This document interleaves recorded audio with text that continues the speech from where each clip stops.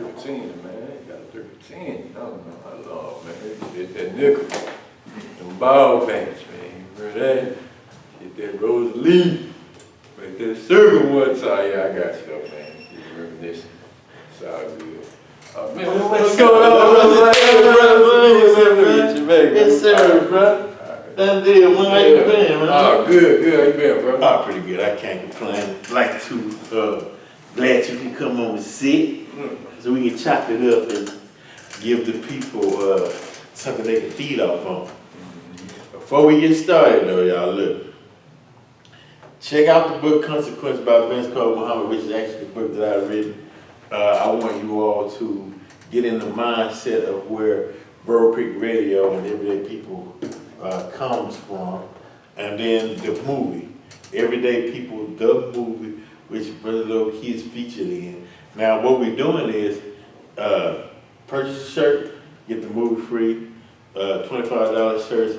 You can hit me at 346-412-5322 or email me at coldblac@icloud.com. We'll go from there.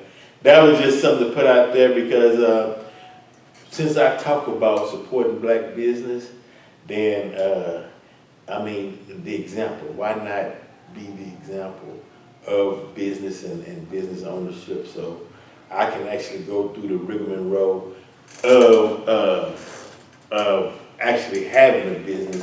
So that gives me more insight to talk upon things that people may go through. And if you don't have that experience, you can tell if it's fraud. You know, so when you go through the hard struggles, you can identify with those that have been through those hard struggles as well, and then y'all can put y'all minds together and come up with a solid solution. So that's what that's all about. And you know, and everybody that's out there that's hustling, that's have their business, that's from music to whatever your dreams, whatever your destiny may behold for you, I wish you well, much success, and that's the mindset we have going into these 2020s, definitely, bro. Now, truth of the matter is, I wanted a library location because I wanted to give that image of books. Right. Because dealing with Moors and legalese and Moorish law, Moors are always identified or associated with books. Right. You know? Facts. And so before we go heavily into this cosmos, which I know that once we start rolling, the universe usually takes the conversation and it takes a mind of its own. But before we take this ride, right, can you break down jurisdiction and sovereignty for the black people who still identify themselves as black people, or who may even identify themselves as Negro? Explain to them what that's all about, because like myself, before I came into knowledge of self, I hear certain terms, certain terminologies, and they would, since I didn't have a definition or understanding, it stuck in my subconscious, but I would wave it off and I keep moving, then it come back around again. Right. Hear the term again. And now, for those of you who were like me, Brother Low Key, get ready to break that down for you all. Right. So, when it comes to law is very precise.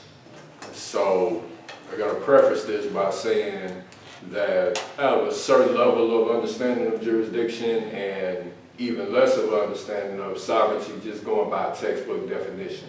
But what I can say, that when it comes to jurisdictions, take the U.S. for example, they have a jurisdiction over America, 50 states or however many states.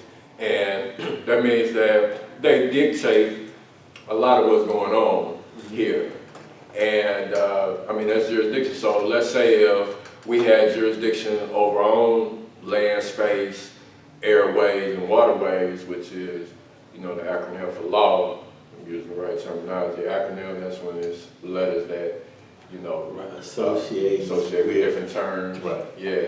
So, land, airways, and land, airspace, and waterways, which, in nature, this is what's being governed over in America. So us, if we were in our own jurisdiction, we would be doing the same thing. We would dictate how civilization is moving around our land, airspace, and waterways that we control and that we govern, that we have our own system of protection over, that we have a flag. When you get a nation, nationality, that's nation, flag, and creed. Nation being the body of people, flag being the symbol that represents that body of people, land, airspace, and waterways, and the creed being every civilization has a spiritual system, and politics that are born out of that is called religion, which that's what a creed is, which basically saying that our spirituality and our school of thought are how we politic with each other when it comes to, our culture and, what people would consider,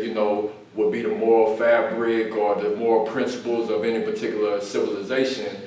That's what religion, creed, political status, or politics is, and it's always the foundation of any civilization is always is spirituality.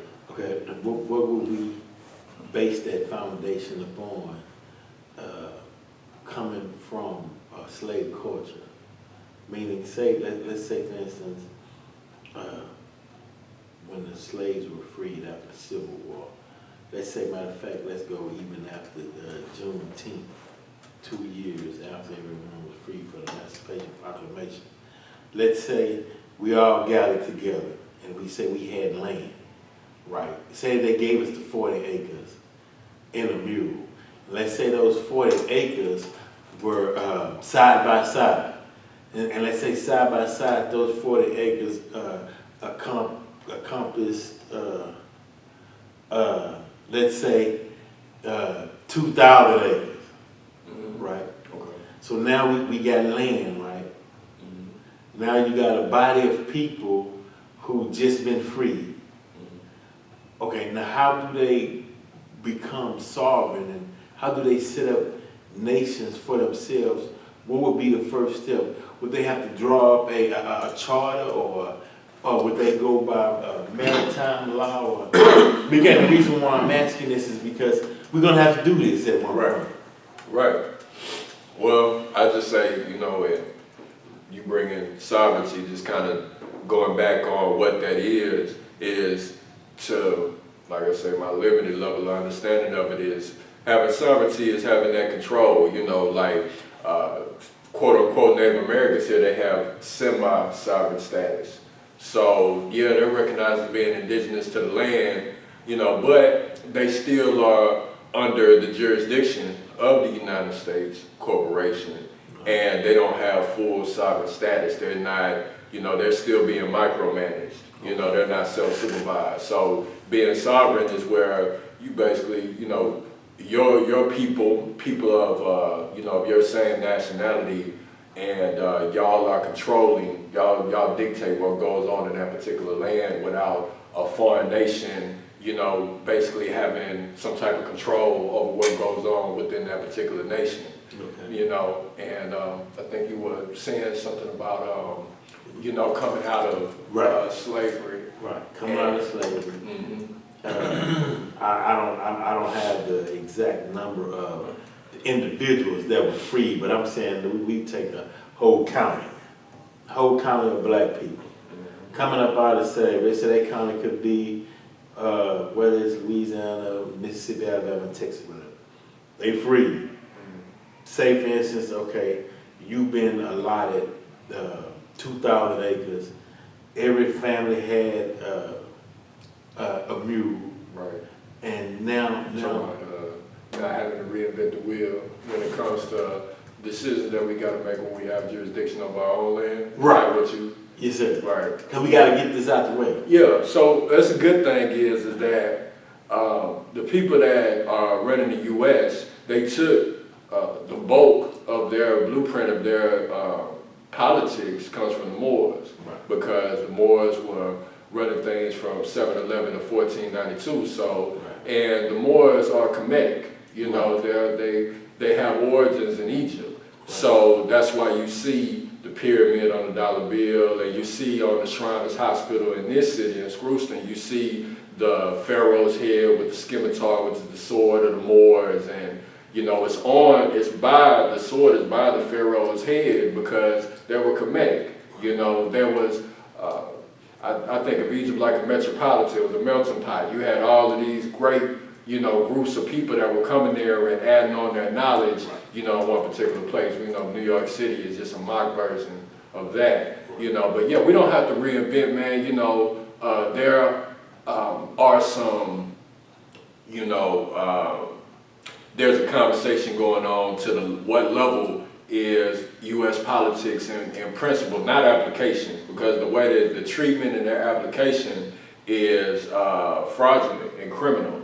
But as far as when you just look at the system itself, it's not, from where I stand, it's not necessarily a bad system. It's just that the people, just like any other weapon, you know, it's just the people behind the trigger that's utilizing it in a way to put people in a piss poor position, especially our people. Especially our people, and that was the purpose of me posing that question, is because the mindset,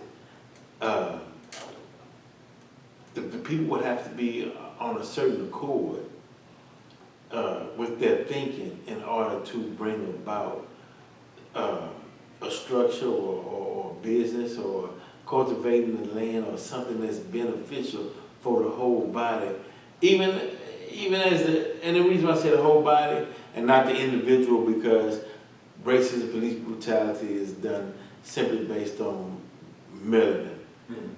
Okay, and so to show someone who just came up out of a slave mentality, to show them how to get out of that slave mentality and become a sovereign individual, or understand the need to have a nationality. And I think once you understand that part, then you can understand the need to build. Then you understand the need for commerce, whether it's trade or what not trade. Then you start building, you growing, and then you understand peace, and you can understand unity. You understand the purpose of what's the purpose of a flag? Why wouldn't you want your own flag? What's the purpose of the Colin Kaepernick debate with the flag, which actually started out with protests against police brutality? But the reason why the flag, under this flag, allowed all of this injustice.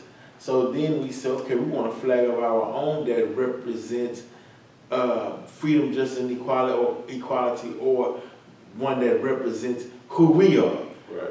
So that means, but if we don't know who we are, then of course we'll be under the foot of oppression by the colonizer.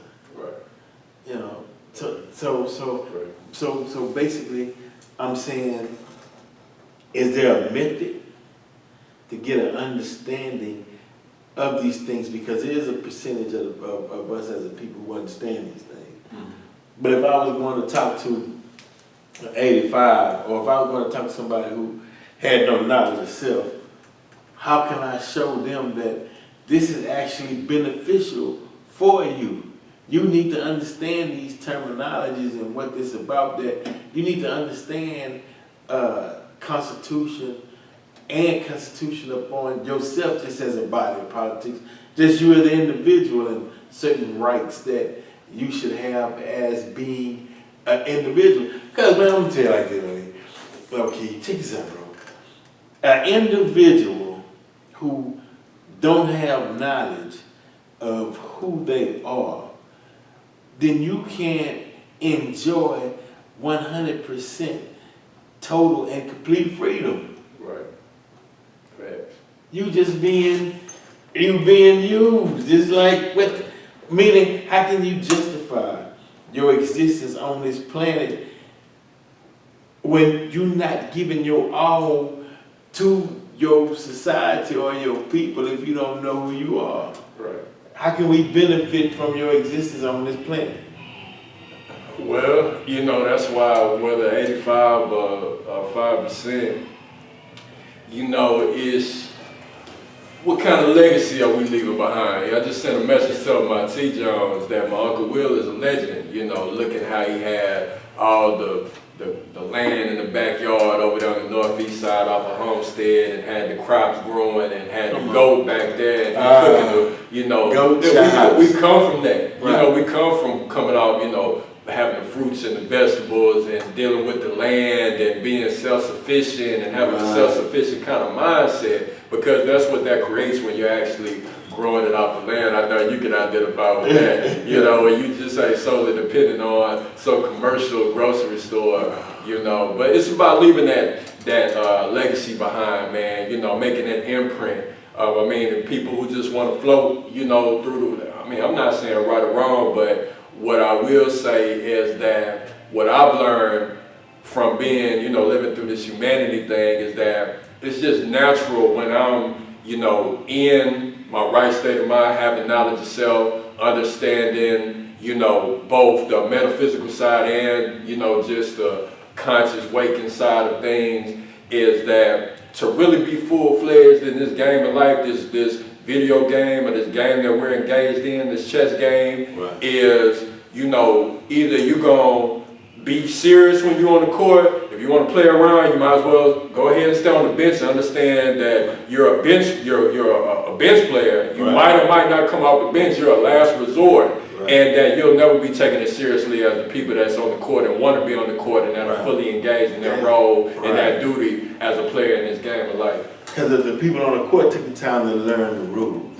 I get that, learn the rules. But the rules to this game is right. Hey, boy, I'm thinking about some specific people. You saying that, boy. Now, if you don't take time to learn the rules, then you're not going to be effective at playing the game. Yeah. And then the rule book is not going to be given to you by your enemy or by the opposing team. Right. They're not going to hand you the book to teach you how to beat them. Right. You know what I mean? Right. But the rules is out there. Right. And those who got the rules, your enemy or your oppressor or the opposing team will tell you, stay away from them. Don't go over here. Don't look, you know, and this is the team that's looking to defeat you. So, but you're gonna trust them to give you the plays that you can run. Right. You know, and you wondering why your score still is 0. He finna give you a play, man, that finna take you out the game. In fact, no, you gotta take the rule book. They got it. You gotta snatch that thing. You gotta do due diligence and look into it and snatch that thing, man. It ain't just gonna be handed to you. Okay, you gotta go right. You gotta go snatch the rule. Yeah, you got to. You gotta. That's right. You right. And that's one, because it's hard to tell. And y'all don't take this the wrong way.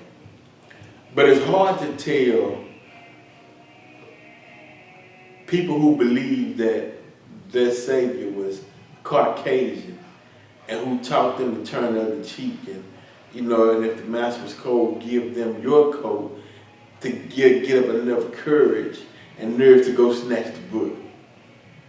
They docile. They believe if I snatch this book out of this hand and this man looks like the picture of Jesus, I could be snatched from one of Jesus' relatives or something. Will I get into heaven by doing that? You know, I mean, see, because right, facts. Okay, we finna get into this. We roll into another part, because that's a form of spiritual.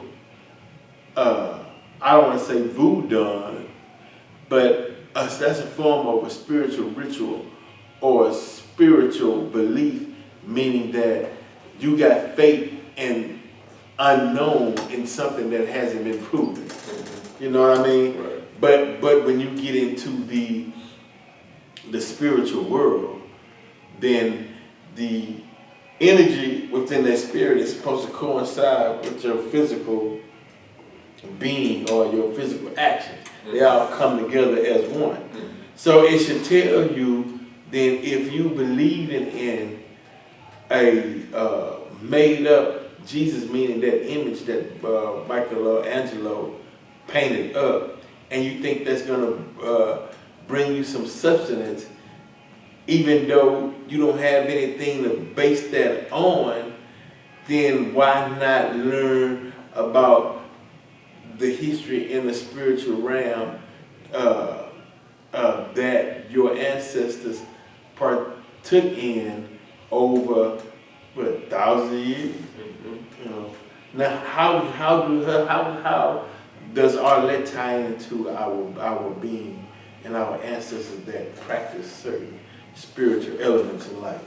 All right, so what they were engaged in, you know, because when you talk about what's now the U.S. and its politic and its political system is derived foundationally from Spain. You know, that's where the doctrine of discovery, their title to this particular land comes from. Roman law is civil law here. Common law comes from England. You know, you had the Dutch that was involved in the slave trade, which is people coming from the Netherlands.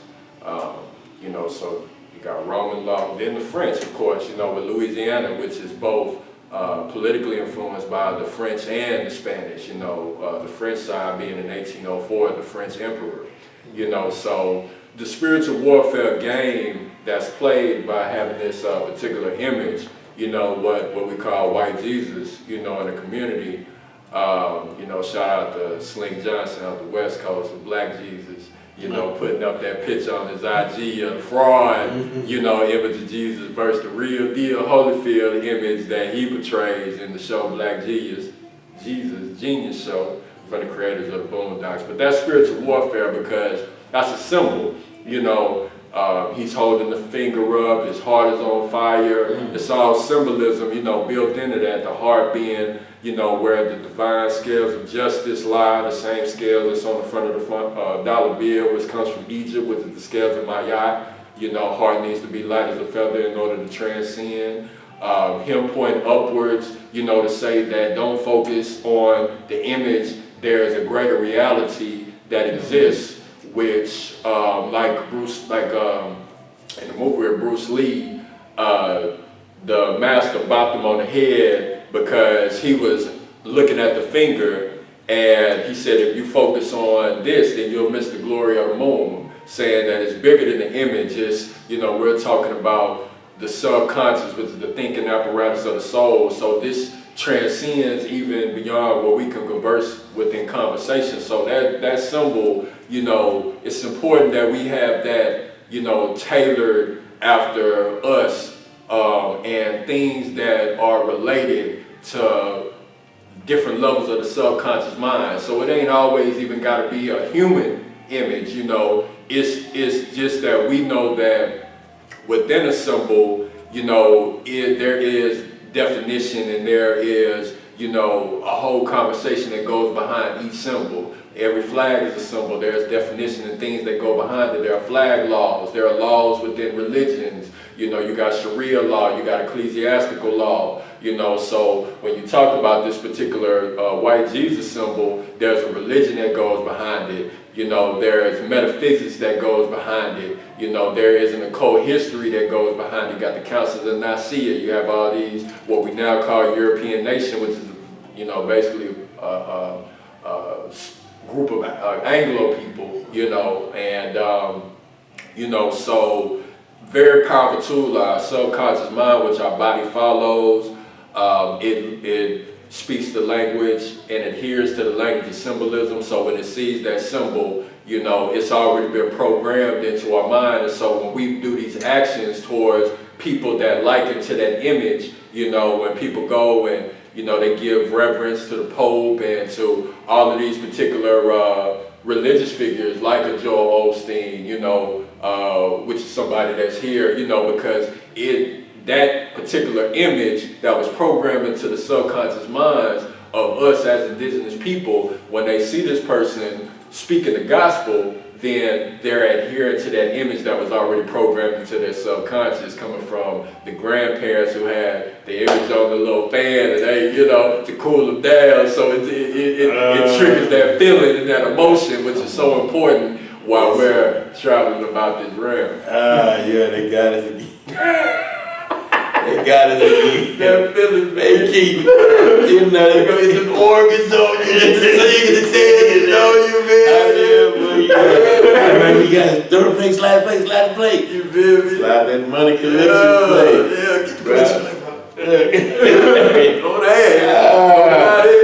They got us again, bro. We keep, I mean, every time we get ready to kick the football, man, make the field goal, like Lionel, they move the ball out the way, man. Right. We find the ball. We gotta create our own game. We gotta create our own Create our game. own game, man. And look, but see the thing about it is, it's not gonna be easy, because nothing's easy, but you gotta start somewhere.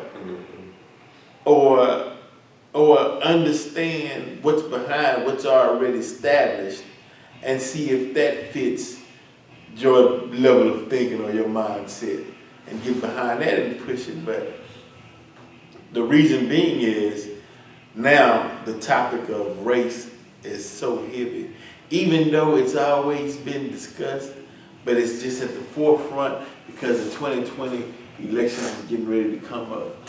And we had the shooting in El Paso, Texas, where a guy said he was coming to kill Mexicans. We had the Dylan Root shootings in Carolina. It's just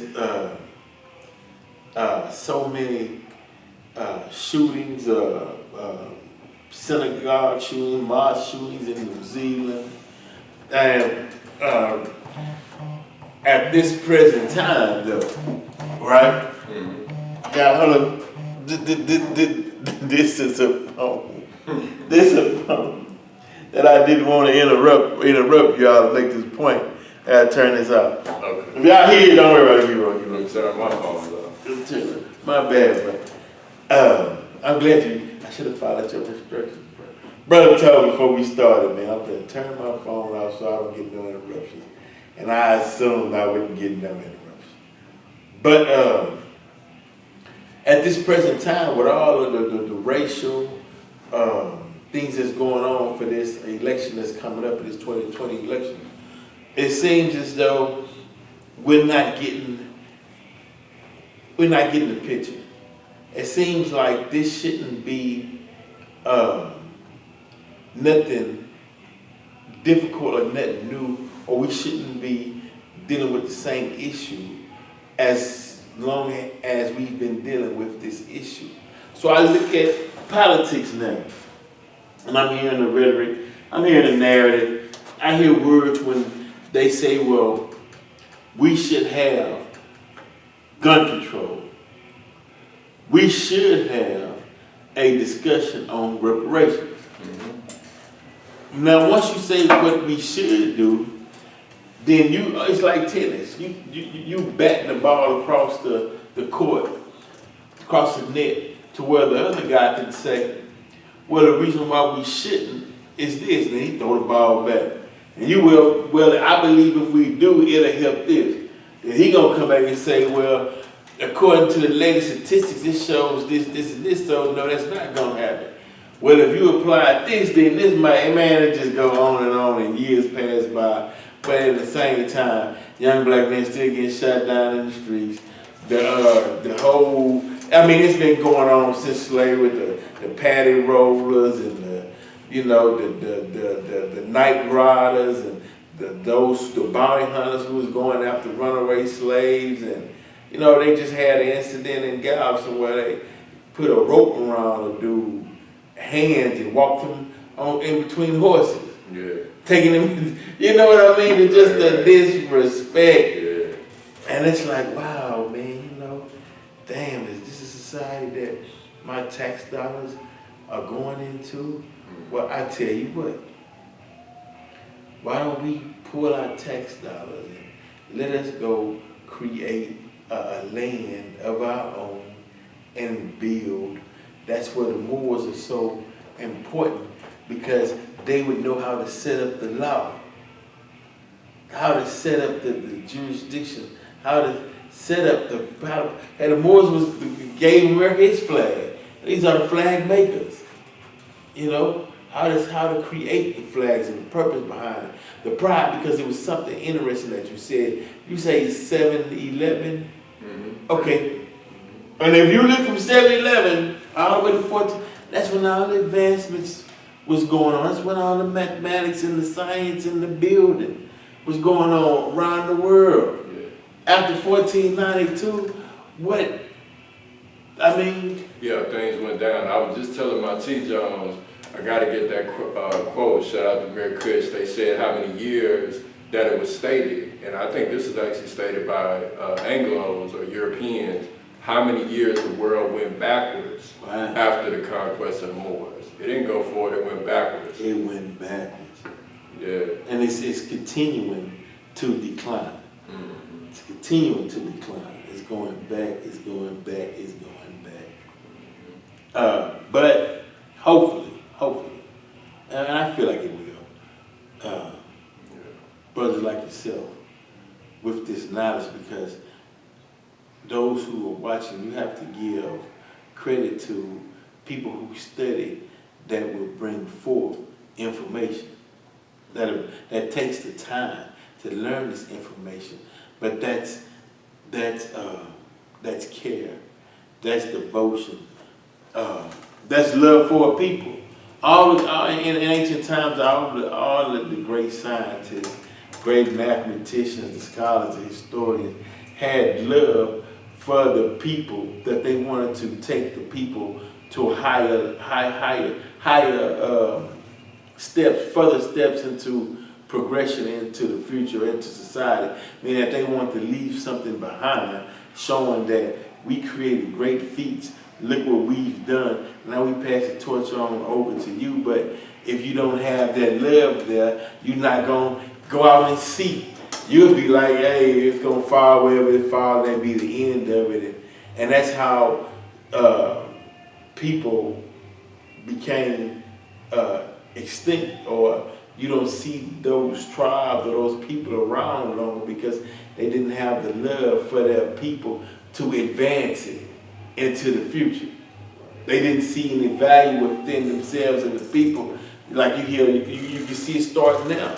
You hear the elder generation saying these youngsters ain't about nothing, they ain't gonna do this, and they killing up everything, and they, you know what I mean? So now they sending them signals out in the universe, like, what we don't need, what do we need them here for? They ain't passing along nothing. But that's the Willie Lynch, because you got the youth saying the old people ain't teaching nothing, they not giving nothing that's back and forth, and you know, and then if you got an older person who dumps on your tribe, you trying to succeed, but yet they steady dumping on you, that kills your motivation, and you start disbelieving. And so this is a pick-me-up for the people.